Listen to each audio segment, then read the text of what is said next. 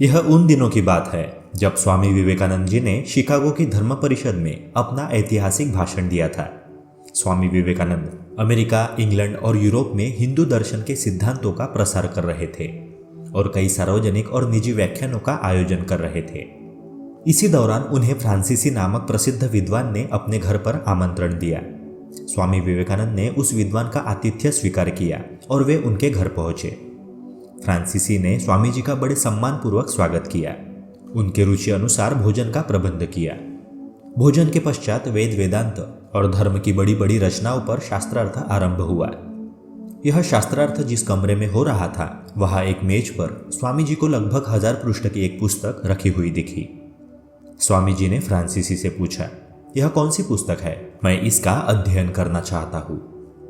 तब फ्रांसीसी जवाब देते हुए बोला, स्वामी जी, यह एक धार्मिक पुस्तक है, पर यह दूसरे भाषा में है जिसे आप जानते भी नहीं है। फिर आप इतने पृष्ठों का अध्ययन कैसे कर सकेंगे? मैं स्वयं इसका अध्ययन 1 महीने से कर रहा हूँ और अभी आधा भी अध्ययन नहीं कर पाया हूँ। तब स्वामी जी बोले, यह आप मुझ पे छोड़ दीजिए। 1 घंटे के भीतर मैं आपको यह पुस्तक अध्ययन करके लौटा दूंगा। फ्रांसीसी विद्वान को लगा कि स्वामी विवेकानंद उसके साथ मजाक कर रहे हैं। फिर भी उसने वह पुस्तक स्वामी जी को सौंप दी।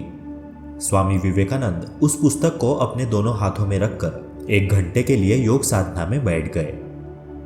जैसे ही 1 घंटा बीता, फ्रांसीसी विद्वान उस कमरे में आ गया। उसने स्वामी विवेकानंद से पूछा, स्वामी जी, क्या आपने पुस्तक का अध्ययन कर लिया? स्वामी जी बोले, हाँ, अवश्य। परंतु फ्रांसीसी को अभी भी लग रहा था कि स्वामी जी उसके साथ मजाक कर रहे हैं। स्वामी जी उसके मन में जो चल रहा था उसे समझ गए। वो बोले, तुम किसी भी पृष्ठ को खोलकर मुझसे जानकारी ले सकते हो। फिर फ्रांसीसी ने ऐसा ही किया। पृष्ठ संख्या 27 बोलने पर स्वामी जी ने उस पृष्ठ पर लिखा प्रत्येक शब्द उसे कह सुनाया। फ्रांसीसी के आश्चर्य की कोई सीमा नहीं थी। उसे यकीन हो गया था कि स्वामी जी कोई साधारण व्यक्ति नहीं है।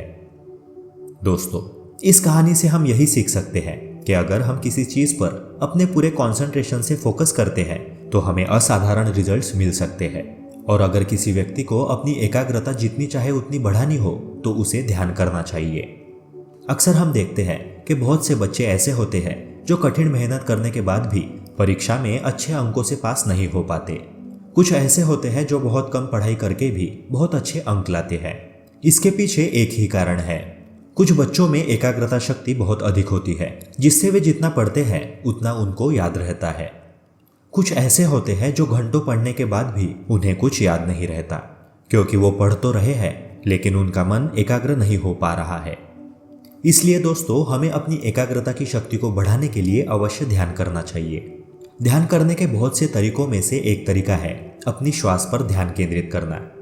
10 मिनट के ध्यान से शुरुआत कर आप ये समय 1 घंटे तक बढ़ा सकते हैं। शुरू में थोड़ा परेशानी भरा हो सकता है, लेकिन इसका अभ्यास होने पर यह और भी आसान हो जाएगा।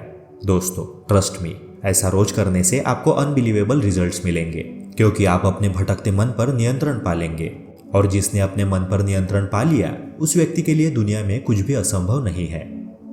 दोस्तों, ऐसे ही और वीडियोस को देखने के लिए चैनल को सब्सक्राइब करके बेल आइकन को प्रेस कर दें। मिलते हैं अगली वीडियो में। Thank you, take care and keep hustling.